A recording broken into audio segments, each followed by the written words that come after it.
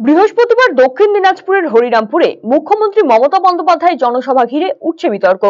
বালুরঘাট লোকসভা কেন্দ্রের তৃণমূল প্রার্থী বিপ্লব মিত্রের সমর্থনে হরিরামপুর হাসপাতালের বিপরীতে অবস্থিত মাঠে জনসভা রয়েছে মুখ্যমন্ত্রীর। বিজেপির অভিযোগ, মুখ্যমন্ত্রীর জনসভা নিয়ে নির্বাচনী আচরণবিধি লঙ্ঘন করছে তৃণমূল।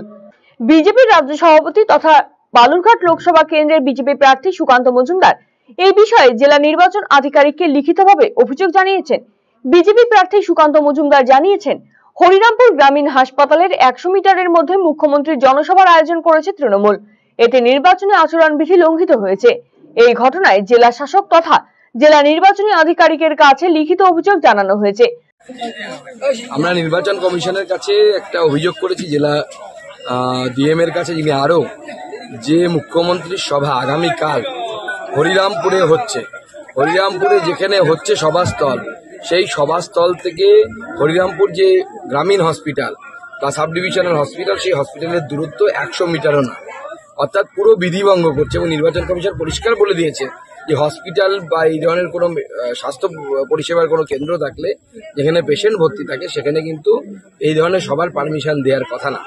অথচ জেলা প্রশাসন কিভাবে সেই পারমিশন দিল সেটাও একবার নির্বাচন কমিশনের দেখা উচিত। তবে তৃণমূল জেলা সহ সভাপতি সুভাষ চাকি জানিয়েছেন, নির্বাচন কমিশনের সুবিধা পোর্টালে আবেদন করেই সবার অনুমতি মিলেছে। নির্বাচন কমিশন যেখানে পারমিশন দিয়েছে সেখানে অনিয়ম কোথায়? দেখুন, যেদিন নোটিফিকেশন হয় এবং এমসিসি কোড চালু হয়, রাজ্য প্রশাসন থেকে শুরু করে কেন্দ্রীয় প্রশাসন সমস্তটাই চলে যায় হচ্ছে নির্বাচন কমিশনের আন্ডারে। যখন পোর্টালে সুবিধা পোর্টাল, নির্বাচন কমিশনের সুবিধা পোর্টালে অ্যাপ্লিকেশন দেওয়ার সঙ্গে সঙ্গে সেটা গ্রহণ করে এবং তার কিছু পরে সেটাকে আপনার পারমিশনটা দেয়। তারা নির্বাচন কমিশনে যারা প্রতিনিধি আছে এখন রাজ্য প্রশাসনের, সে সর্বোচ্চ পদেই থাক আর যে কোনো পদে থাক, এখন তারা নির্বাচন কমিশন আমাদের কথা, মানে এই গভর্নমেন্টের কথা শুনবে না, কেন্দ্রীয় সরকার বা রাজ্য সরকারের কথা তারা শুনবে না, তারা নির্বাচন কমিশনের কথা শুনবে। তাহলে তারা সব দিকটায় আইন শৃঙ্খলা থেকে শুরু করে ল অ্যান্ড অর্ডার থেকে শুরু করে যাবতীয় সব দিকটায় খতিয়ে দেখেই তারা পারমিশনটা দিয়েছে প্রথমত।